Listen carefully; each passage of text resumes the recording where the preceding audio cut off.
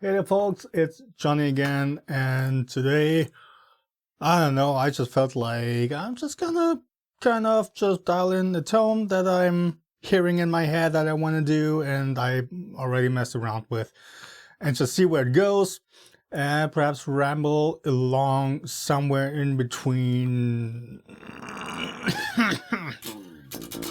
Let's see.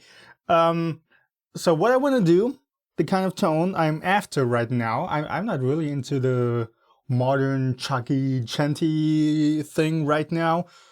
I want to have a bit more of a, I want to say, so what I'm hearing is mid-range, barky, top end, spitty, low end, yeah, very compressed and strong and rumbly. Though the low end, I'm willing to make compromises because, well, you never know with different amp simulators and whatnot.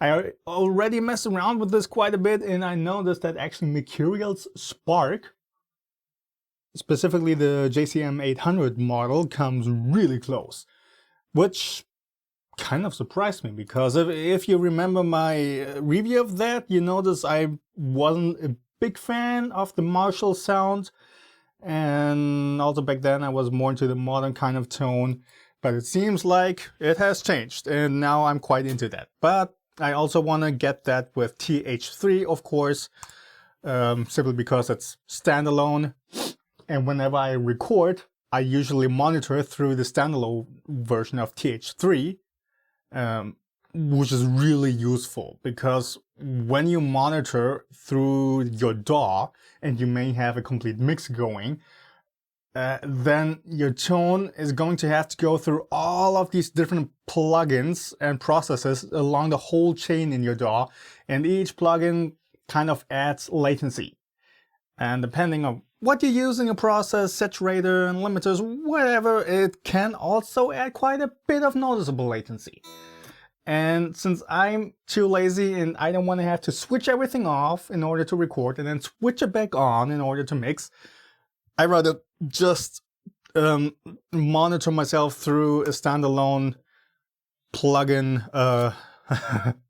Standalone plugin, yeah, right. That makes sense. Standalone amp simulator, so I don't have these additional latencies. Which brings up my point, Mercurial, if you see this, if you can find it somewhere in your schedule, and please release standalone versions for all of your amp simulators, not just the SS11X. Because it's so, you won't believe how useful a standalone amp simulator is. I'm a giant fan of that. So, here we are in TH3. Lately I'm experimenting with using as little boosting for the amp as possible. So it doesn't get too tight and chuggy, but rather strong and roaring, and you want to watch out how you mess around with the signal before going into the amp, which then distorts. In TH3, I already noticed, or if you're using THU, then I guess that it works equally as well. Here, Randall Lynchbox XTC. That one's pretty gnarly. Not right now, of course. You know what? I'm gonna cheat a little bit. Well, cheat. I'm gonna switch to an impulse response. Owen Hammer or Rosen Digital? You know what? Let's start off with Rosen Digital. Here, the orange. You know what? On the other one, let's load up. Here, this one from Owen Hammer. Okay, now let's do some.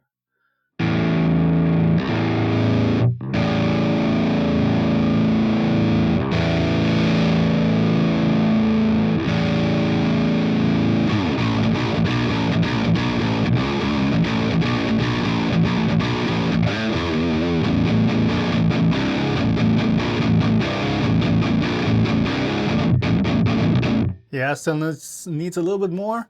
Let's check out the Rosen Digital.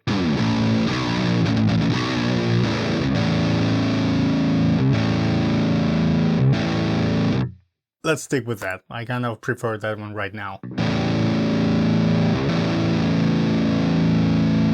So, okay, then let's take a gate in here somewhere where and here. I wish you could set up default settings for when you load in modules like this. Oh well. Now we do need a little bit of boosting before the amp. This isn't quite enough yet. Oops. Let's see. There's a couple of ways we could go. You know what? Let me just load in a couple of things. Here, classic. Like this. This one. This. And distortion the Proco Red. Also one of my favorites. Like this. Okay. Let's go through each one of this. Let's do it like this.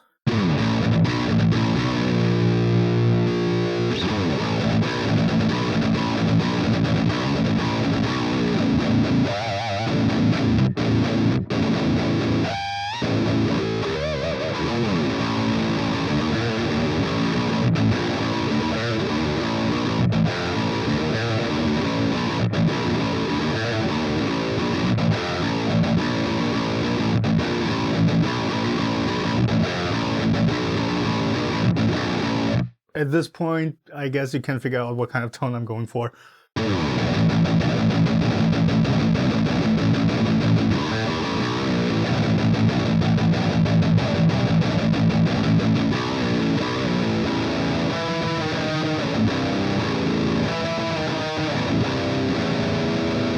Okay.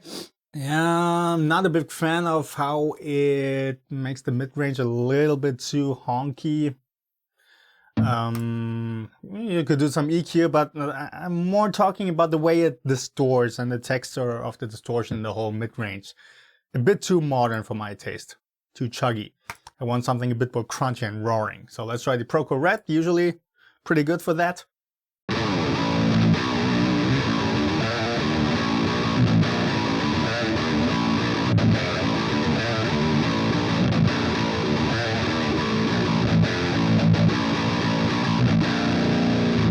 Okay, let's try turning off the bright button.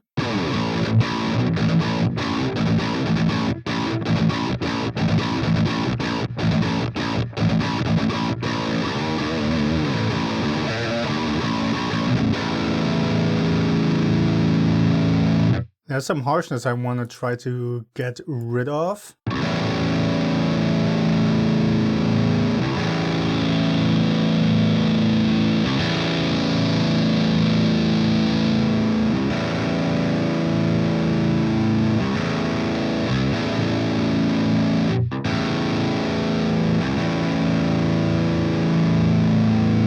Okay.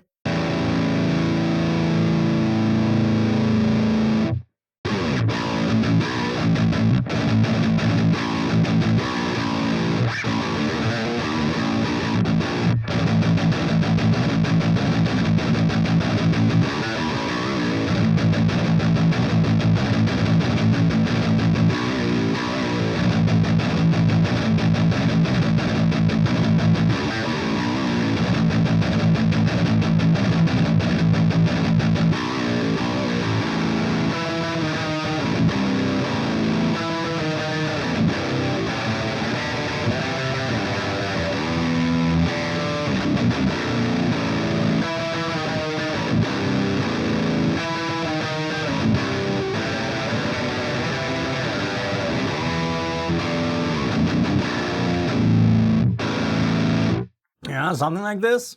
I noticed this one right here actually does a pretty good job.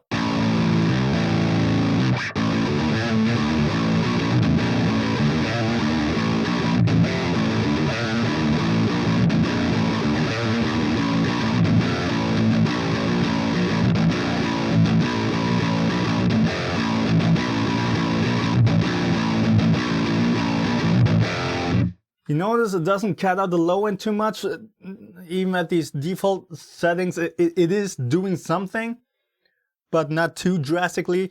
So this is actually doing a pretty good job at keeping that whole tone very strong and roaring.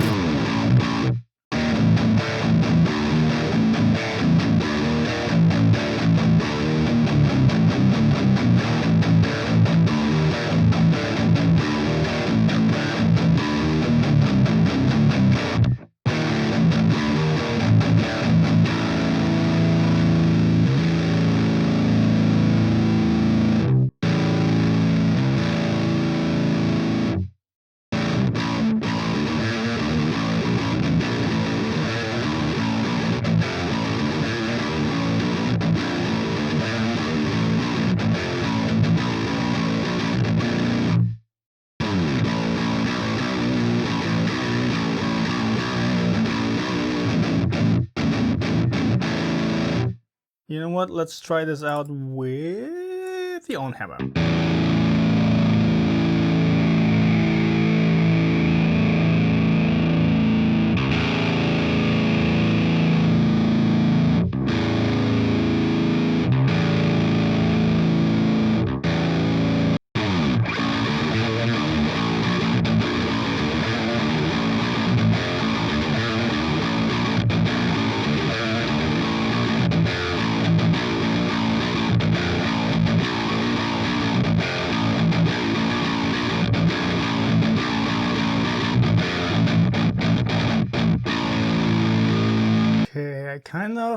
So there's this one resonance. I kind of want to take out around 2K in general a little bit.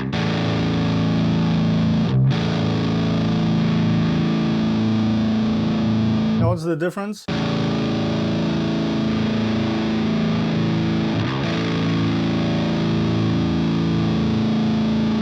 Not too much, around 3 to 4 dB.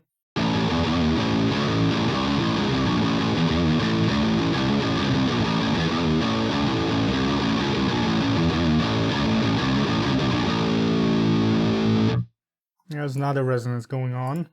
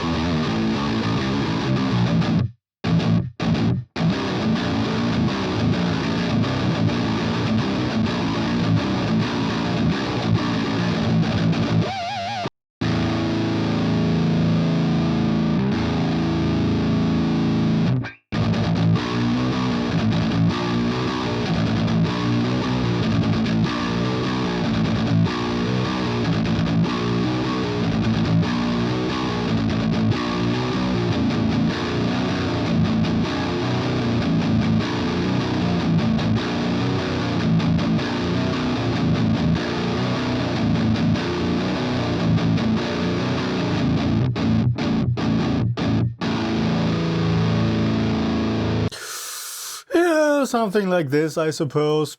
That's it for this video. Now, you have a good one.